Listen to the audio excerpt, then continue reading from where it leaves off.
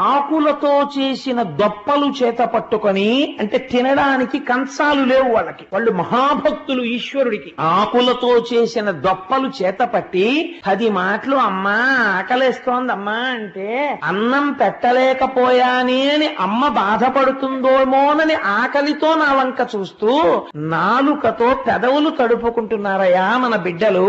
ఇలాంటి కుటుంబం అండి కుచేలుడి కుటుంబం అంటే. అటువంటి కుచేలుడి మీద నిందలు వెయ్యకూడదు, అదొక గొప్ప అపరాధం అవుతుంది కూడా. అందుకని పెదవులు తడుపుకుంటున్న పిల్లలు, నీకు ఐశ్వర్యం మీద భ్రాంతి లేదు కానీ బిడ్డల్ని పోషించాలి కదా.